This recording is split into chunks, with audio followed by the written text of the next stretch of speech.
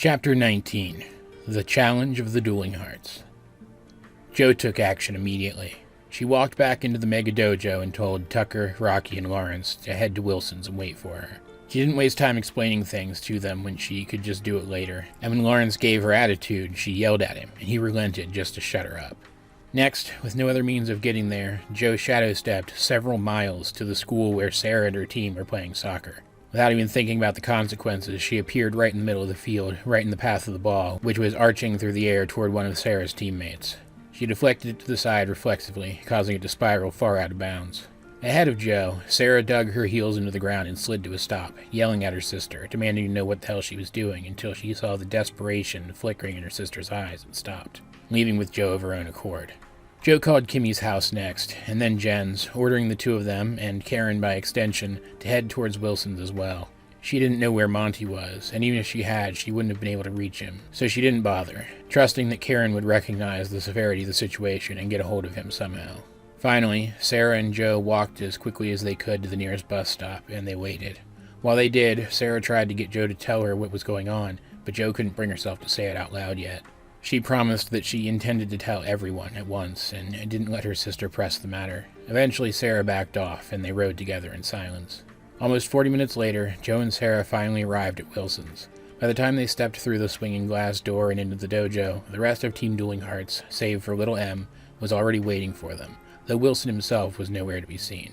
Jo looked around, meeting the eyes of each other fighter in the room, her hands shaking with fear, or sadness, or anger, or some combination of the three. She didn't know what to say, she didn't know where to begin, and yet she had to say something, so she got right to the point, telling them all, "The Reaper took my mom. He said that he'll give her back, but only," she looked to Karen, Monty, and Lawrence, "if I deliver the three of you to him at the old construction site across from the town center." "What?" Sarah demanded, getting right up in her sister's face. "When did this happen? How did this happen?" "He took her while we were fighting our match," Jo admitted, her words making the situation more and more real in her mind with each syllable. "I didn't even notice it was happening. If I had, I might have been able to stop him." Sarah glared at her sister. She looked like she wanted to hit Jo, and Jo blamed herself just enough that she kind of wanted her to. But after a few long seconds, Sarah calmed down. She sniffed hard and blinked away a stray tear, saying, "This isn't your fault, Jo. This is the Reaper's fault. He's the one who took her." "I'm surprised," said Karen from across the room, "that that's something he was able to do. I told you, Jo. I got a sense for your mom's potential. She's much more powerful than the Reaper is. Unless he was able to ambush her somehow, I don't see how he could have defeated her and taken her anywhere." "Well," Jo told Karen, trying not to seethe too much, "he did. Otherwise, she would have been at the match.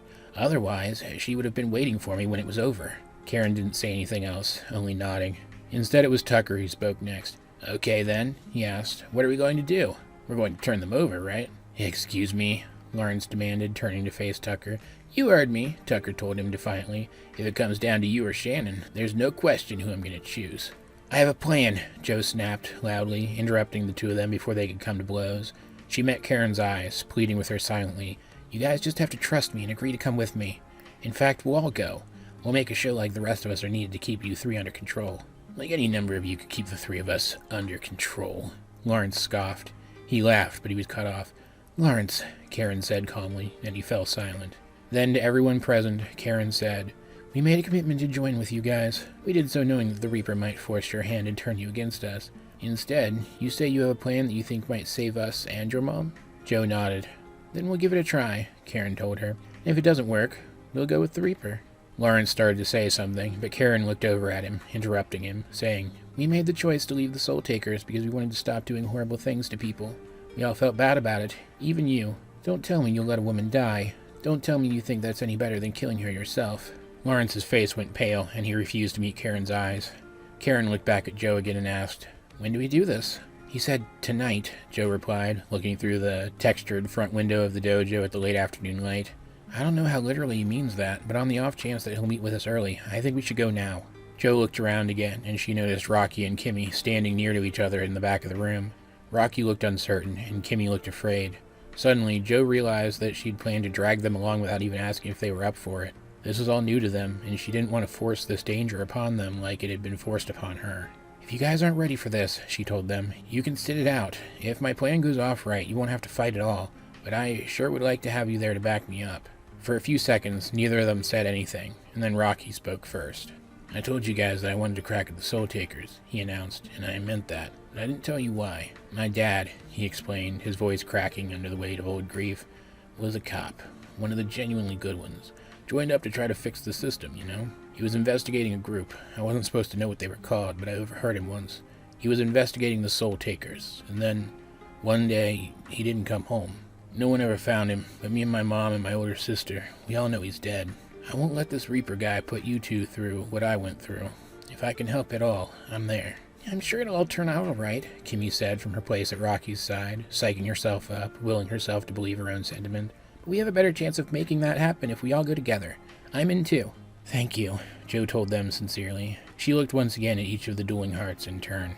None of them really knew what to do, and Joe could tell that not all of them trusted that her plan would go off without a hitch, and yet they were all willing, reluctantly or not, to defer to her.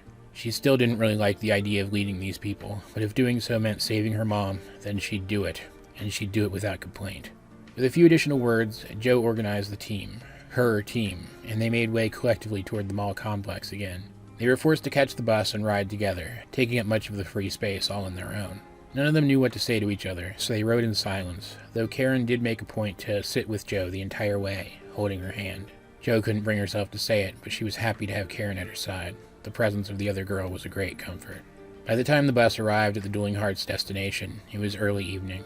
The sun was on its way down. A short walk later, the group of fighters found themselves among the looming skeletal structures of the construction site. It was intimidating, standing below the abandoned, half-finished towers, which further separated the Dueling Hearts from the receding light of the sun. They were all on edge, reaching out with their soul in an attempt to detect their foe's approach, just in case, but that turned out to be unnecessary. As soon as the group reached the rough center of the complex, the air turned suddenly cold and smoke rolled like fog from between the buildings. Before the Dueling Hearts' eyes, a portion of that smoke spiraled out from the rest and coalesced upon one of the metallic beams protruding far above them, solidifying into the Reaper. Tucker, Karen, Monty, and Lawrence held their ground, while Sarah, Jen, Rocky, and Kimmy each took a nervous step back. Meanwhile, Joe stepped forward. Her anger was so intense that the others could feel it rolling off of her. She looked into the darkness that clung to the Reaper's face beneath his hood, right at the spot where his eyes should be, and she demanded, "Tell me what you did with my mom." "I see you brought the whole team," the Reaper said, ignoring her question. "Should I be worried? Maybe you intend to fight me rather than heed my demands. I promise you that would be a bad idea. Your mother is burned out at the moment. You won't be able to locate her soul using your sixth sense. If I don't tell you where she is, are you confident you'll be able to find her through conventional means before she starves?" "You're going to tell me where she is, one way or another," Joe insisted. Behind her, her companions didn't say a word. They all waited patiently for Joe to do whatever she planned to do. They were anxious to learn what that plan actually was. "But first," Joe announced, "I have an offer for you. These three," she gestured to Karen, Monty, and Lawrence, "have nowhere to go. Without the support of me and my friends, they won't stand a chance of avoiding or defeating you." "That's correct," the Reaper agreed. "So here's what I'm thinking," Joe continued, aware of the uneasy murmurs being exchanged behind her. "You and I have another heart-to-heart, one-on-one, no interference from anyone. If I somehow manage to beat you, you have to lead me to my mom. But if you beat me again, I'll turn Karen, Monty, and Lawrence over to you. We," she gestured to herself and the other original Dueling Hearts, "will even make sure they don't get away." "You want me to fight for what I already demanded from you?" the Reaper asked dismissively. "I'm not finished," Joe snapped. "I know you said that you don't care about the fragments of the ancient soul, but your boss does. And here's the thing. My soul is one of those fragments. If you accept my terms, if you swear by them, and if I lose, I'll also go with you back to your leader." Above the group, the Reaper cocked his head to the side as if intrigued. Meanwhile, having heard Joe's terms, several of her companions gasped. Sarah and Tucker even protested her choice before Joe raised her hand to silence them. A particular member of her group was, however, a bit more concerned with his own well-being than he was with Joe's, and decided to voice his dissent. "Screw this," Lawrence spat. "Even if this scumbag's word were good, and it's not, I'm not putting my life in the hands of someone like you." He sent soul out into the air around him, forming it into golden strands that wove into massive, broad, translucent avatars of wings. The others had to take a step back from him to avoid being knocked over when he spread them out, flapped them as hard as he could, and launched himself upward toward the Reaper's waiting form. "I'll take you down myself," Lawrence declared as he drew near to his target, his wings dissolving in another avatar of a long, golden, three-clawed reptilian limb wove itself into existence around his outstretched left arm. He thrust his claws, hoping to impale the Reaper and end his threat once and for all. but before he could, Joe took action. She shadow-stepped up and toward the beams of the incomplete building nearest to her, kicking off of it, leveraging herself into Lawrence's path. Moving like lightning, Joe reached across the width of Lawrence's torso, grabbed his avatar arm, squeezed, and shattered it. Then she threw her weight, spinning in midair and kicking Lawrence as hard as she could. He flew like a rocket over the rest of the dueling hearts and crashed into the ground, shaken and bruised, but not seriously harmed. The entire time, Joe didn't look at Lawrence once, continuing to meet the Reaper's eyes, or at least the place where his eyes should be, as much as possible. Joe fell, landing hard but unharmed on her feet, far below the spot where the Reaper stood. As soon as she did, she shadow-stepped away from that spot, appearing next to a stunned and very angry Lawrence. Finally, she turned and looked at him, fierce, literal darkness flashing in her eyes. Despite this, though, her words were fair. "Let me make this clear," she told him. "I'm getting my mom back, and if you jeopardize my ability to do that, things will not go well for you. But," she reached out and offered him her hand, "if you trust me, I will make sure that you get out of this safe and alive. You're on my team now, and I look out for my own." Lawrence still didn't look happy. He glared up at Joe, but after a long several seconds, he scowled and accepted her hand, letting her help him back up. Joe could sense that he'd calmed down. She turned around and walked slowly back through the rest of the group, Lawrence not far behind her. Joe was aware of the worried eyes of her friends upon her, none of them quite sure what to think, but at least willing to give Joe the benefit of the doubt for now, but she ignored them. Finally, once she reached the place where she had been when Lawrence had begun his attack, Joe looked up at the Reaper and asked, "So what do you say?" There was another short pause, and then the Reaper spoke.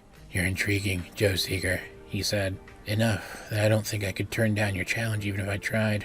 All right, I'll face off with you in heart-to-heart. One-on-one, no holds barred." "And?" Joe asked. "And," the Reaper replied, "if you somehow manage to win, I will reveal your mother's location to you without asking that you turn over my former associates first." Joe smiled. "Sounds perfect." "He could be lying," Karen said from behind Joe, quietly enough that the Reaper would not be able to hear. "I know," Joe replied, looking back over her shoulder at the others, "but I don't think so." She couldn't explain it, but she could feel it on the wind. It was the same kind of sensation that had left her feeling that Karen could be trusted as early as their first meeting, and all of Joe's instincts told her that she had to heed it. "Besides," she added, "we have to try. If he has any pride as a fighter, he'll keep his word. When I win." Joe turned back toward the Reaper, and the moment she did something on impulse that, until that very moment, she hadn't even known that she could do. She shadow-stepped straight up, appearing instantly, standing upon a steel beam across from her opponent. Energy sparked between them, across the air and along the metal beam that connected them. Without another moment's pause, they both appeared to disappear, leaving behind a trail of black and purple static and a puff of black smoke.